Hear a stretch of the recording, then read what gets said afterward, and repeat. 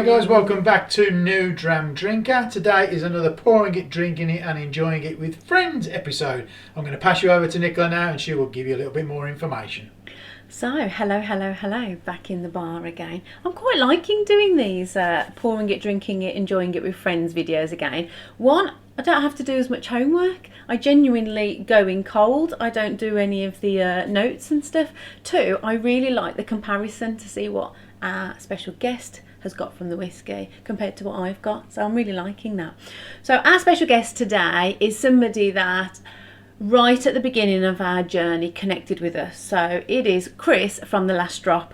You might know him from his YouTube or his Instagram or his Twitter.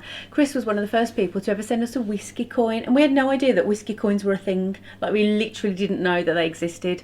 So that started our journey looking into whiskey coins, and obviously we've got a few now. So thanks for that, Chris. You started us off early. Watch this little cinematic and you will then find out which whiskey I'm going to be looking at today.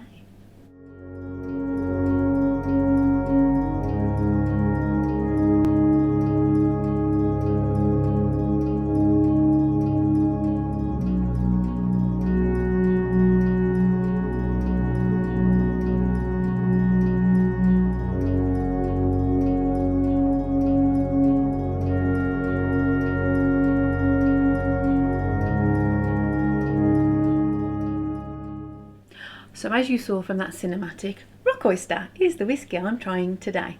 Do you remember last time when I said that I was so excited but nervous at the same time to try peat? I feel really excited about this one. Similar story. Ant bought this really early on. He's drunk all of this. I definitely tried it and disliked it immensely.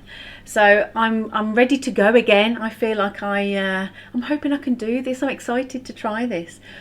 We bought this whiskey, well, Ant bought this whiskey really early on in our journey. I think it was probably our first Douglas Laing. We didn't even know that Douglas Laing had so many different types of blended whiskies. We didn't realise it was a thing, you know, beautiful blends, all the rest of it. We've got a few others that we've tried. Those two are always on our shelf in one guise or another. Timorous Beast is one of my favourites as well. So I'm quite excited to delve into this again. Like I said, it's been a while. I couldn't drink it at all, but if you've been following me, you know I'm on a peat journey, so I feel really excited today. Less nervous, which could be a bad thing, but I'm hoping that I'll get something from this and I'll see that I'm moving forward on my peat journey, because I'd like to think I'm not at the beginning anymore. Maybe, you know, not even quite halfway, but maybe just like delving into it. So yeah, I'm excited. So shall we have a little look at the nose? So I genuinely haven't nosed this yet. This is how excited I am. You're going to tell instantly from my face, aren't you, what I think? Are you nervous about trying? I'm more excited, I think, because I just feel like, do you know, I can do this even if it's awful.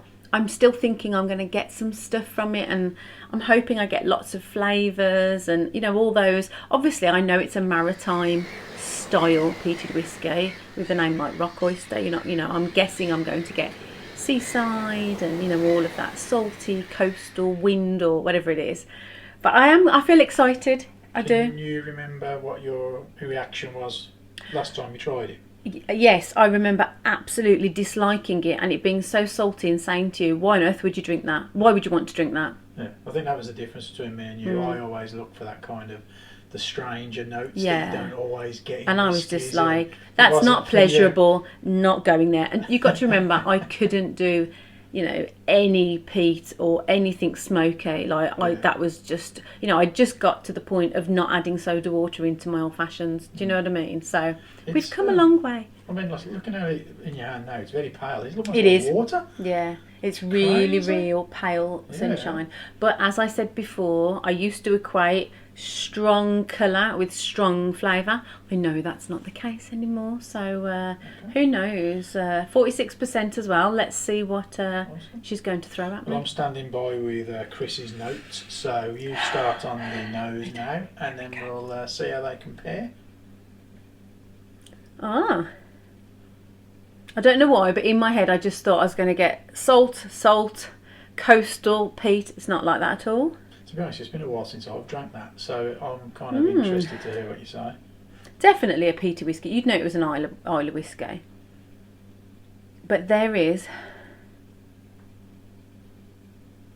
a really lovely sweet undertone. It has got all of those coastal, you know, imagine you're walking along the front of the beach. You're not quite on the sand yet, you know, you're on the road, but the sea breeze is coming in, all that saltiness, that's definitely there. But very soft. There's a lot of flavours, but none of them are overpowering. The peat is definitely peat, but it's very soft. It's like that lovely warm smokiness. Is it more like a smoke, like an ash? No, it is. It definitely is peat. I think there is a little bit of ash. I was going to say that. I'm thinking barbecues on the beach, campfires on the beach. I think that's what I used to get from it. Yeah. It's like that. But smouldering ones, yeah, not a big like flaming fire. Yes. Because it's very subtle. There's an awful lot going on, but I don't feel like anything is like fighting for place here. It feels really nicely balanced. There is a nice little... I was thinking sweetness, but I don't know if it is a sweetness. I almost feel like there's a nice buttery, biscuity. Okay. I was going to say vanilla, but it's not vanilla. It doesn't taste. It doesn't nose like fruits either. Yet.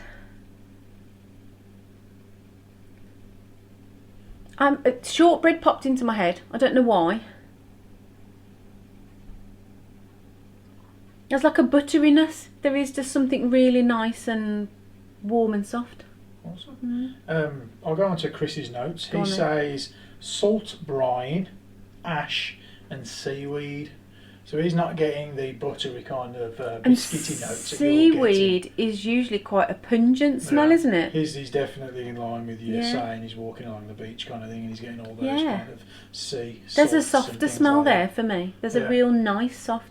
So you are kind of together to a certain extent, but I'd say that you're getting the softer kind of notes as well. Yeah, there's a really nice smell to that. Like in my head, seaweed, when we were little, we used to go on holiday and I'm thinking rock pools, you know, when they're covered in that green, slimy seaweed. Kind of thing, No, it's like the long fronds, but it's slimy, isn't it? And there's a pungent smell. It's a bit like maybe cabbage or something, isn't it? It is seaweed. I'm not getting that. Okay. Yeah. Awesome. So does it make you want to drink it? Absolutely. Which is a step up, I would imagine, from when you last had it, because I don't think you... But I wonder if last time I nosed it, I probably just went, no! You've got to remember that this was probably 18 2 years months ago, to I'm 2 thinking, years. So, you know, if I would hope that your kind of palate and nose has kind of evolved to kind of maybe enjoy the nose. If nothing else, it doesn't... I thought it would be like a really strong, harsh nose, and it's not. Yeah. There's a couple of different layers, and I'm liking the softness. So shall we get on to the palate? Lovely, yeah. Let's do it.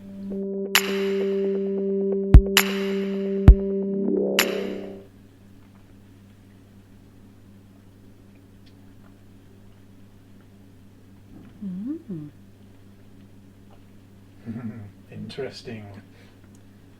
Interesting indeed.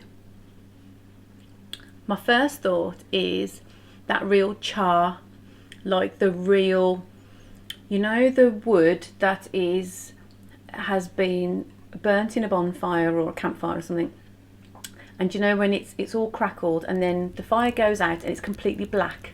You know, that kind of, if you picked it up, your fingers would get black. That's what I'm getting.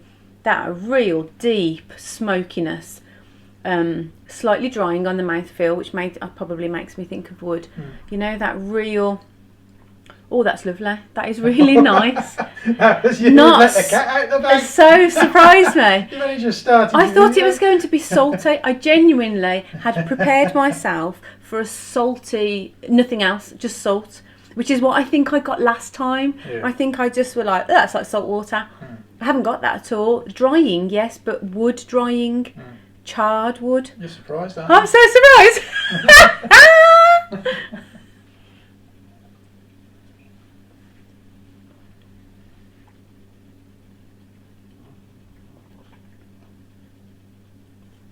The saltiness is definitely there.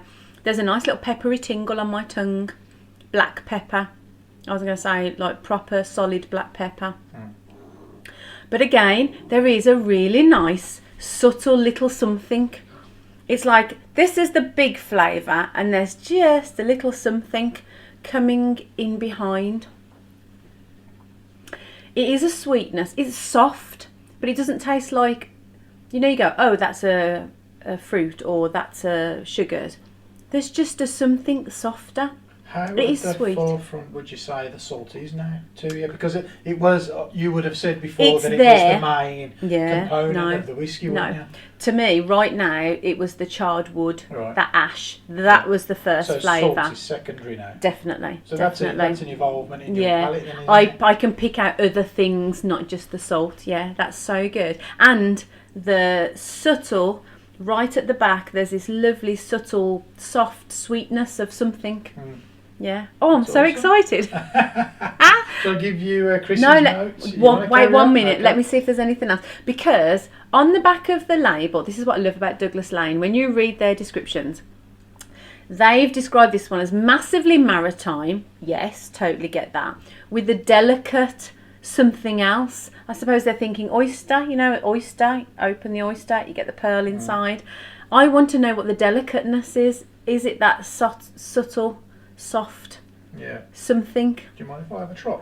Hang on. Let me have one more. You can... I won't hijack your review, honest. I just thought it's been a while since I've tried it, so it'd be interesting to.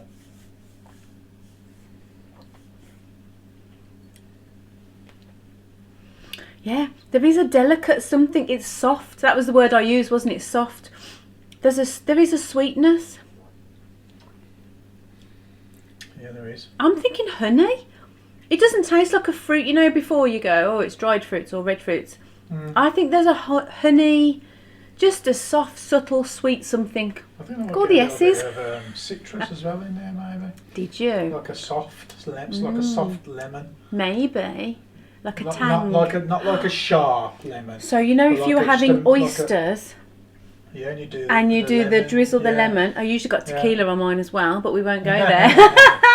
Yes, it's it like a goes, soft doesn't lemon, it? Yeah, I would say. Yeah, so, it definitely goes. Very nice. Yeah, I would say there's less, you know, on the nose, I was thinking coastal walk, the sea breeze, the saltiness, you know, like almost you lick your lips and they're salty. I'm not getting that. This is warmer. I think because of the peppery tingle and the charred wood, like it is the ash, and there is a warm peatness to this. This is a warm, on the nose, I was thinking more breezy, cold. I'm not thinking that on the palate. It's lovely and warm. What does Chris say? Tell me. Chris says, sweet honey, which goes with what you said, ashy smoke and peat. Not overly complex, but solid flavours, and they're easily found. Yeah. So, yeah, I mean... Well, I would say that I found more than one quite easily. Yeah.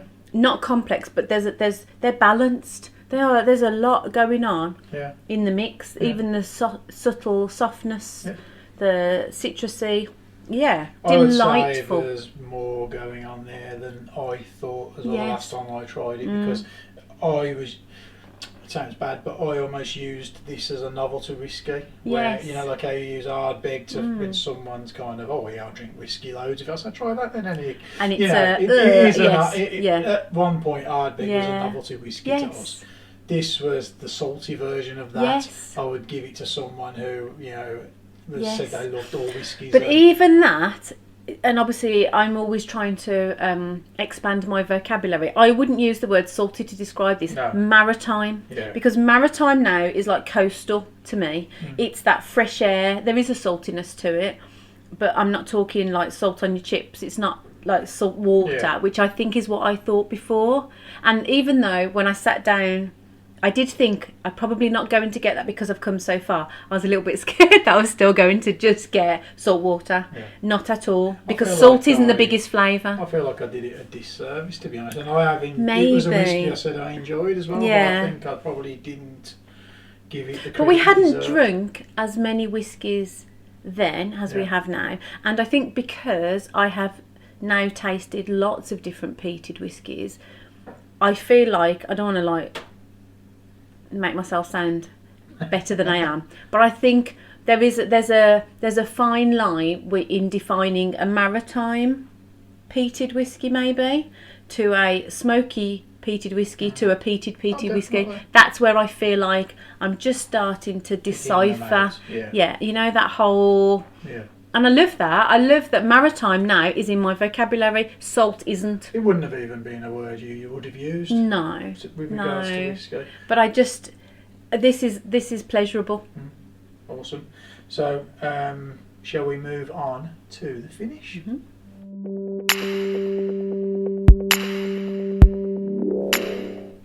Can I just take a moment to say how much I'm enjoying drinking this? Who'd have thought I'd said that? Rock oyster, I'm having fun.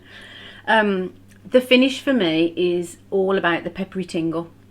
The maritime flavours are still there, but it's that lovely warmth from the pepper that just is flooding my mouth. My mouth feels, there's a drying sensation, but it's so warm. That's what I'm getting. And I think that peppery tingle and the warmth lasts longer than the flavours. It's a lovely finish. It just all peters out, but it's the feeling in my mouth rather than the taste that lasts. What does Chris say? He says, and I love his terminology on this because he calls his finishes the echo. Oh, that's nice. It's a long finish with a peppery heat, same sweetness and ash, not old, so it has some youth, which will always help with the peat aspect. So he's very much on the same lines as what you're saying. It's great now. It's lovely right to the end, is what I would say. Cool, awesome. So shall we move on to the conclusion? So my conclusion of Rock Oyster is I am so surprised how much I enjoyed this. Like I said before, 2 years ago this was too much for me. I was like, why would you drink this? It's not even whiskey, it's like salt water. I am not saying that today. It is like a lovely coastal breeze, all those maritime flavours, but you know, Douglas Laing, they don't get it wrong very often. Well, I've never had a bad one. Have you ever had a bad Douglas Laing? No. They just suit my palate, I think, and I think this is testament to how far I've come along my journey. You're probably bored of me saying that, but I'm so excited. It's just like an accolade for me. Because I just think I have opened myself up now to that whole breadth of whiskies that I wouldn't have tasted before, whereas now I actually am like really enjoying them. So, you know, in conclusion, absolute big thumbs up from me. And I would say, just on a little bit of a conclusion for me as well, I suppose, in that I think these are great whiskies to have that have got such a diverse profile that it's almost like a yardstick or a line in the sand, isn't it? You knew you didn't like this. Yes, 100%. Which was a line in the sand. You knew that was too much for you. Now, it's nice to be able to come back to it 2 years later and revisit it. It's only because of that strong profile that you knew you didn't like that made you remember it. Absolutely, 100%. So coming back to it now and being able to enjoy it is a really good indication of your journey and where you've got to. And now. I love that I could say that to anybody. I could say, you know, don't give up. Obviously, I'm invested in whiskey. You know, I want to experience all of the whiskies however I can. You know, like I said before, I started out with old fashions with soda water in them because I couldn't drink them. A dram was just too much for me. Look how far we've come. You know, but I just think there is a place for all of these whiskies. Absolutely. And that's why I would never say anything awful about a whiskey. I might say it's not to my taste or I'm not there yet. But, you know, there is room in this huge world, whiskey world, for all of them, you know, and, you know, blended malt scotches.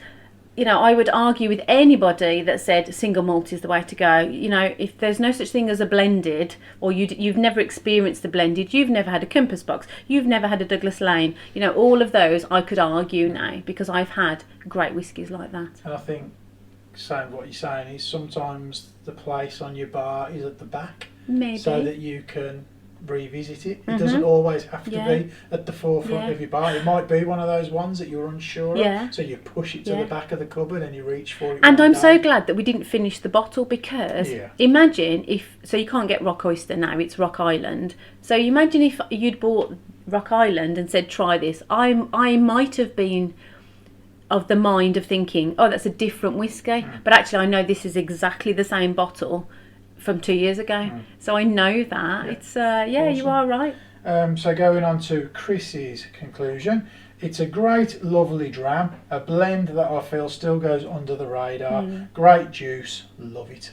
So thumbs up from me, thumbs up from Chris. Pretty much similar notes all the way through. I would say so. You've kind of echoed each other. I think so. Yeah, for want of a better word. It's a great bottle. Absolutely great. So, you know what you need to do now, don't you? Shall we award it?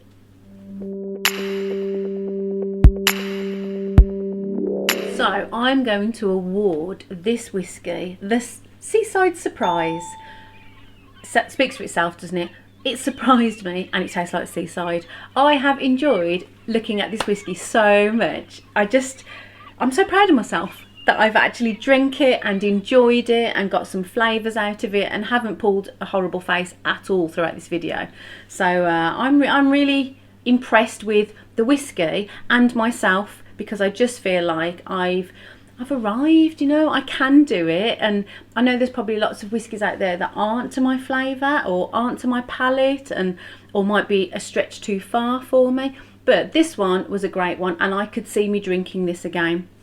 Incidentally, we've just looked on our shelf and somebody sent me a sample of Rock Oyster cask strength. So this is the small batch release, and we've also got the cask strength. It came ages and ages ago. I think it might have been Chris that sent this one as well, but it might not have been, so I'm not quite sure.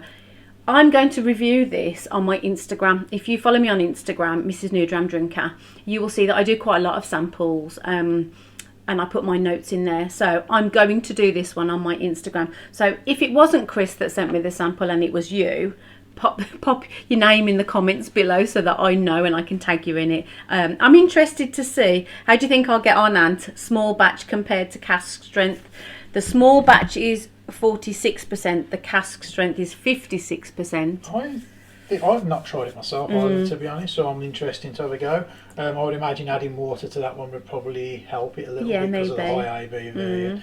But and if you speak nicely to him, I might even share it with you. Yeah, I think it's. I'd love to try it, to be honest. So I look forward to seeing what you think. See what we think. Compare the two. It'd be really good, wouldn't it? So, thank you for watching our videos. As always, we are enjoying sharing our experiences with you, with friends. Thanks again to Chris, and we'll pop all his details in the comments below so that you can just check him out as well. He's a bit of a cognac connoisseur as well at the moment, so still does a bit of whiskey, but cognac seems to be his thing. So you could head over onto there, show him some love. That'd be really good. Give us a thumbs up if you enjoyed this video, and I have still got some in my glass, so I'm going to say have a really good week. It's a bit wet and windy here in the UK. Halloween has come and gone and it's left this old dismal, miserable weather. So have a nice whiskey to warm you up. I'd like to say thanks very much. Pour it, drink it, enjoy it.